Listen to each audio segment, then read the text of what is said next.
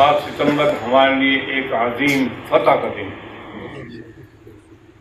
और दो पहलवान कुश्ती लड़ते हैं तो 10 पंजा लेंदे तो फिर जो टांडा वो फाते होंगे।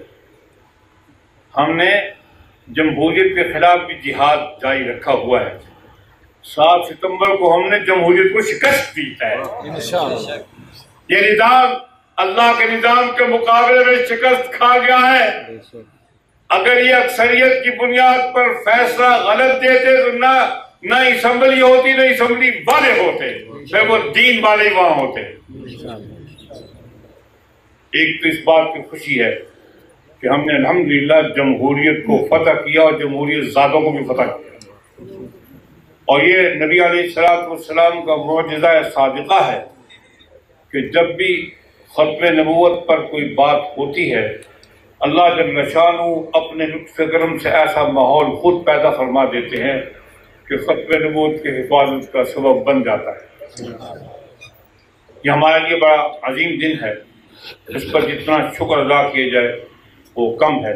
और जो लोग इस सिलसिले में काम आए हैं, अल्लाह उनकी खबरों पर अपनी बेशुमार रहमतें नाज़िल फरमाए और उनकी खबरों को जन्नत के बागों में से बाग बनाए। मौलवी मोहम्मद अहमद साहब मेरे भाई हैं, अल्लाह इनको सलामत रखे। अगर ये 7 सितंबर को जेल में थे तो मैं भी 7 सितंबर को थाने में था। वो भी शब जुमा थी। जमेरात को ऐलान हुआ और हम गिरफ्तार हो गए और वो रात मेरी गब्बो थाने में गुजरी और सुबह पाकपतन थाने में हुई।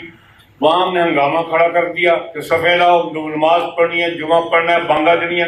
थोड़ी ऐसी तैसी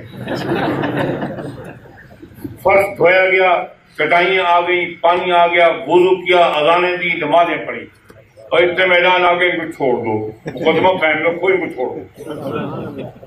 अल्हम्दुलिल्लाह किसी से पीछे नहीं रहे। इस तहरीक की धूल अपनी आंखों में भी डाली है और सर में भी डाली है। अल्हम्दुलिल्लाह अज़ीम।